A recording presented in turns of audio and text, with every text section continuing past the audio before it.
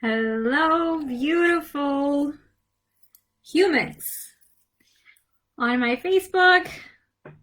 Let me know if you can hear me. I'm so excited about this live. I haven't been live on my page in such a while because I've been so busy in the back burners. It's been difficult for me to hop on.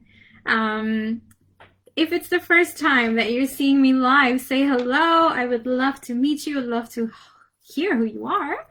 And if you've been in my live, say hello as well. I always like to see you back in here. So my name is Lizzie. I know I've been adding quite a few of you through new friend requests lately. I'm an empowerment and transformational coach for women.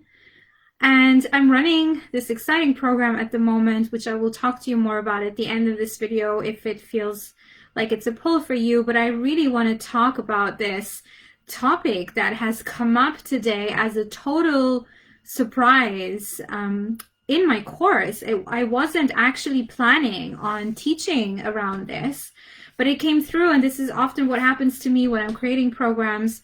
I start channeling and new things come in and new codes come in, and very often it's actually in connection and alignment with the women who actually have stepped into the container. So with all of my programs, there's always a level of something that I already have sort of, laid out as a foundation that I want to talk about. But when the women actually say yes, like the program starts to shift and orientate and almost catalyze, right? It's like there's a catalytic process that takes place when women leap into the containers, because the frequency kind of rearranges itself in some way. And I'm very open and very sensitive to that. And if you're a coach or a mentor or a teacher, you might have experienced this, and you're probably thinking, gosh, I'm going totally off rail, I shouldn't do this. This is the actual content that I was planning on teaching about. And honestly, I've just learned to lean back and receive and be open, because this is often where the juice really flows, right? And so today, today I've taught the second day of the Wild Womb program. We were, going into the womb blueprint, and the second day is all about the heart blueprint. And we were healing shame and guilt around the heart area, right? We were looking deeper into the things that are really holding us back from receiving love and from emitting love. And what really came through, and it was just so pristine, it was so clean and clear cut, was this healing of the shame of fame. In fact, fame is a code. It's a code of healing. It's a code of elevation. It's a code of transformation. And many of us don't actually, hello Leo, oh my gosh, this is so fun. And so many of us don't even know this, because nobody in our family actually stepped into fame, right?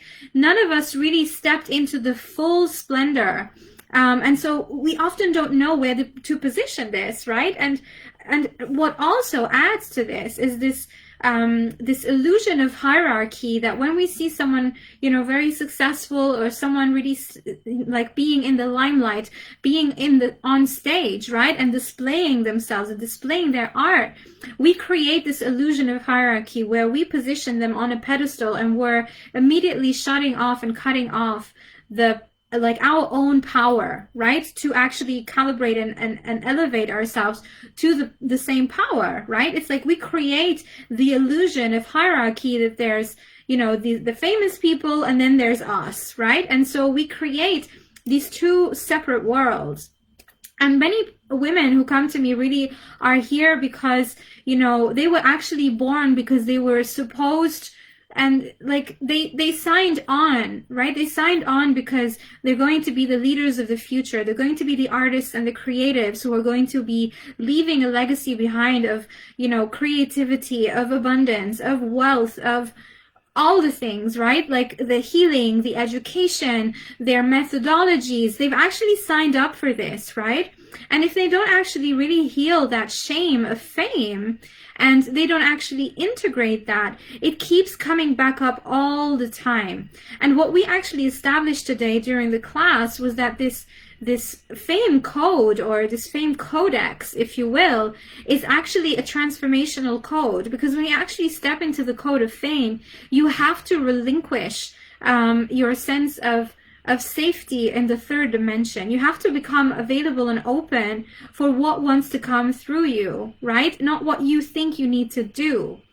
And it's so difficult because this reality has us build our lives around these pillars of safety and these pillars that provide for us in the known realm, right? In the known ways, in the ways that we've seen our families run their lives, in the ways that we've seen people in our collective run their lives. And it's like we buy into that, that scenario that things like success or money or like leveraging your own status, becoming good at your art, what else? Becoming seen. It has to run in this very logical sense. You have to work hard.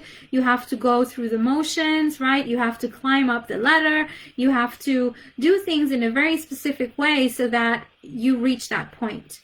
And very often what really transcends women in my world into higher levels of success, whether that's because they desire to be, in deep, loving relationships, whether it's because they desire to attract more money into their field, whether it's, they just want to be surrounded with clients who really get the gist of their work and where their actual work has a place to land and, transform their clients.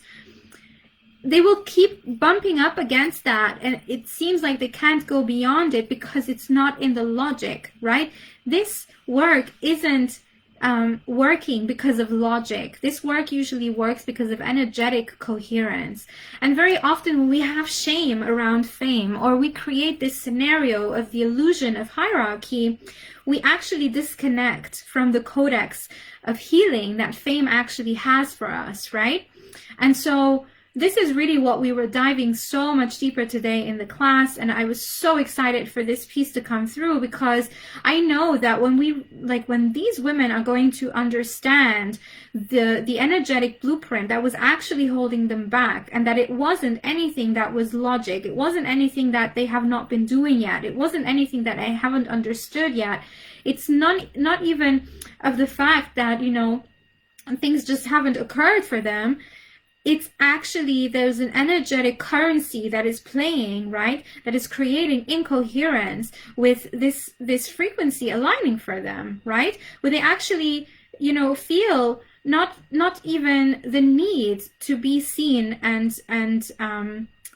just recognized, but actually that they will be seen and recognized just because they are, because there's something in themselves that is so stable and so grounded and so deeply rooted in their own place called home, right? This is why this whole wild womb journey is all about, it's a journey home, right? To your innate superpowers for life, magic, and beyond, because it's all about really understanding the blueprint of what makes you come into this human experience, right? The magic that is actually surrounding your human experience and beyond, meaning that, what you're creating for your own life actually has a ripple effect for the world, right? It has a ripple effect that you can't even see yet.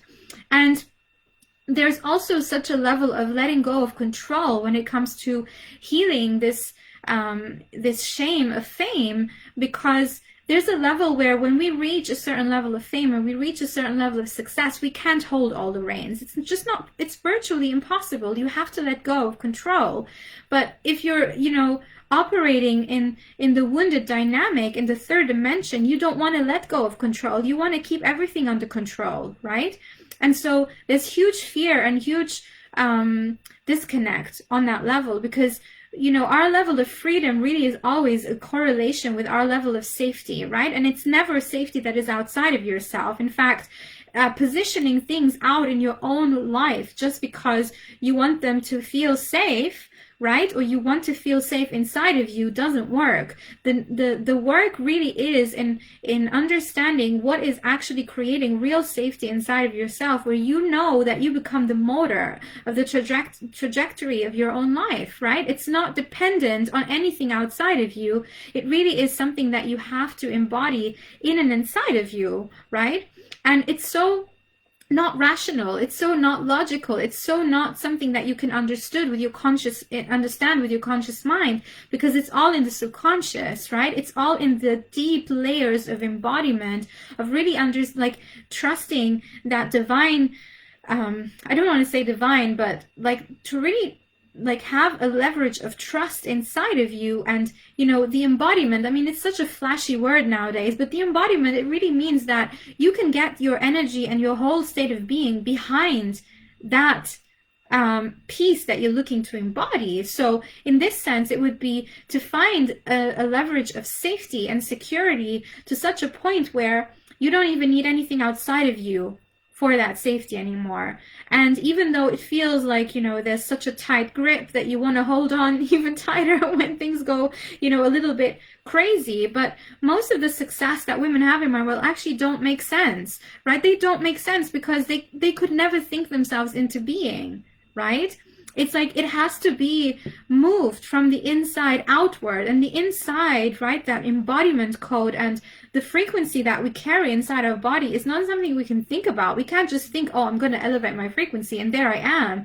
There has to be a matching like a piece that needs to come on board, and it is your state of being, your actual state of being on a day-to-day life. And most of us, let's face it, and this was definitely my case many years ago, and sometimes it still flares up. It's just that I don't make it mean in the same way anymore. But like 10 years ago, so like I was really running on this survival mechanism. I just didn't know better. I didn't know that that was really what was hijacking my life more than the actual things that were happening in my life. So my energy just kept going up and down, right? It's like, on some days I was feeling amazing, and then I wasn't feeling good, and then I was making myself feel bad about not feeling good, right? Which then further exacerbated the fact that things aren't in alignment.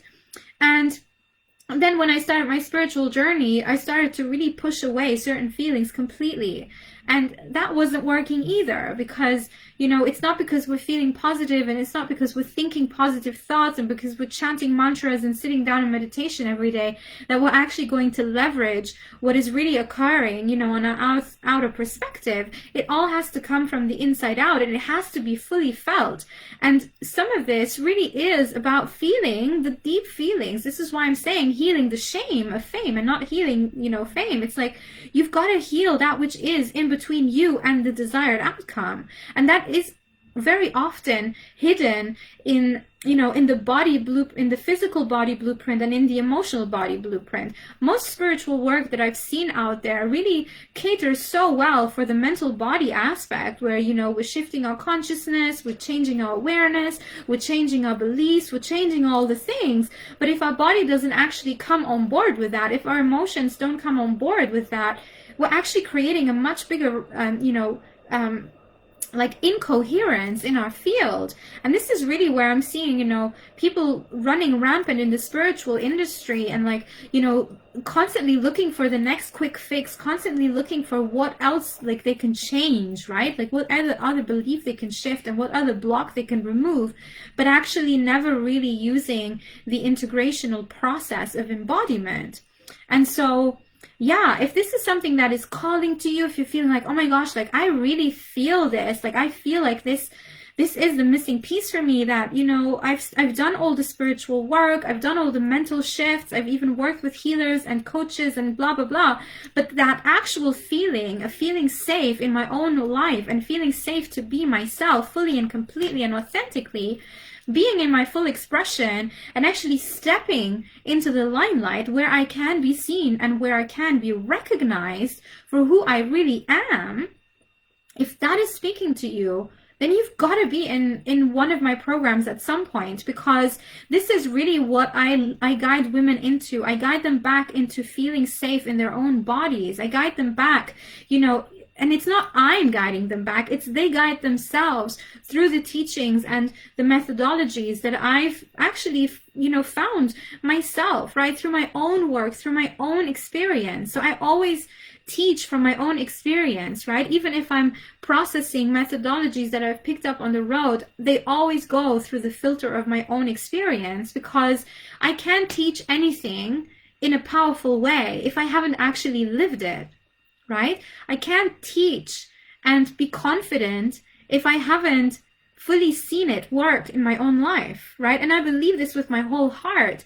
And I also know that the minute I really started to teach from deep knowing and from deep wisdom and really plugging into the source of power in that way, and I was just, leading and guiding from that place, everything shifted, right? Everything shifted for me and everything shifted for my clients. And, my programs, literally, they just shoot through the roof. Like, I know that there's a level of coherence that is, it's done. It's a done deal, right?